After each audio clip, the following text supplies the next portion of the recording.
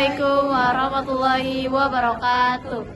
Halo semuanya, perkenalkan kami dari kelompok 4 yang ingin menjelaskan mengenai Republik Maluku Selatan. Sebelumnya, perkenalkan nama saya Ruby Putri Novianti. Nama saya Keisha Renata Wijaya.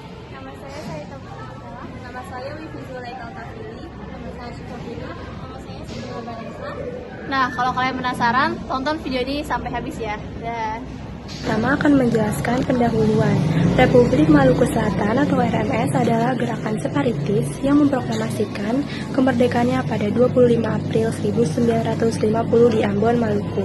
Didirikan oleh tokoh-tokoh lokal yang menolak integrasi ke dalam Negara Kesatuan Republik Indonesia. Selanjutnya, ada latar belakang pemberontakan RMS, didasari oleh beberapa faktor diantaranya kekecewaan terhadap pemerintah pusat. Beberapa masyarakat Maluku merasa pemerintah pusat yang didominasi oleh elit politik dari Jawa kurang memperhatikan daerah-daerah terpencil seperti Maluku. Yang kedua, ada ketidakpuasan terhadap integrasi ke NKRI. Ketika RIS dihapus dan digantikan oleh NKRI pada tahun 1950, beberapa kelompok Maluku Selatan merasa kecewa karena kehilangan otonomi tersebut.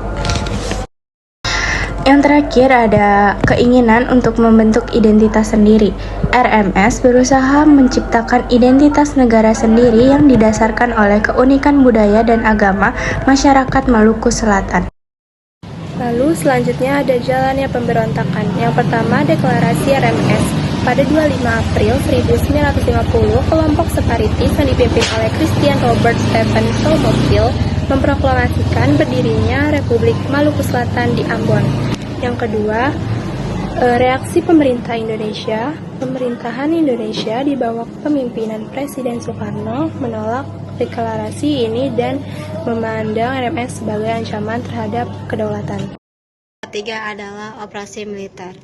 Pada tanggal 28 September 1950, pemerintah melancarkan operasi militer untuk menumpas kemerdekaan ini. Pasukan TNI berhasil merebut kota Ambon pada 5 November 1950.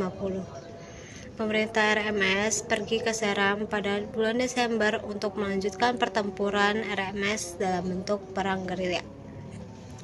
Yang keempat adalah eksodus ke Belanda. Setelah pemberontakan di Ambon berhasil diredam, beberapa tokoh RMS melarikan diri ke Belanda. Di sana mereka melanjutkan perjuangan secara politik. Selanjutnya ada penanganan dan dampak. Yang pertama yaitu penangkapan pemimpin RMS atau Republik Maluku Selatan. Pemimpin RMS yaitu Sumokil ditangkap oleh pasukan Indonesia pada tahun 1963 di Seram dan dihukum mati pada tahun 1966. Yang kedua, gerakan RMS di pengasingan. Hingga kini kelompok pendukung RMS masih ada di Belanda meskipun pengaruhnya semakin kecil. Lalu yang ketiga yaitu Persatuan Nasional. Pemberontakan ini menjadi salah satu pelajaran penting bagi masyarakat Indonesia dalam menjaga keutuhan wilayah dan menangani perbedaan sosial politik. Adapun tujuan Republik Maluku Selatan untuk memisahkan diri dari NKRI dan mendirikan negara merdeka yang berdaulat di wilayah Maluku Selatan. Gerakan ini diproklamasikan pada tanggal 25 April 1950 oleh sekelompok tokoh Maluku yang tidak setuju dengan integrasi Maluku ke dalam NKRI setelah pembubaran Republik Indonesia Serikat.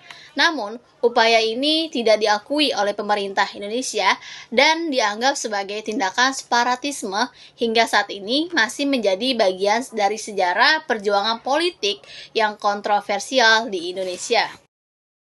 Selanjutnya ada beberapa tokoh dari Republik Maluku Selatan. Yang pertama ada Christian Robert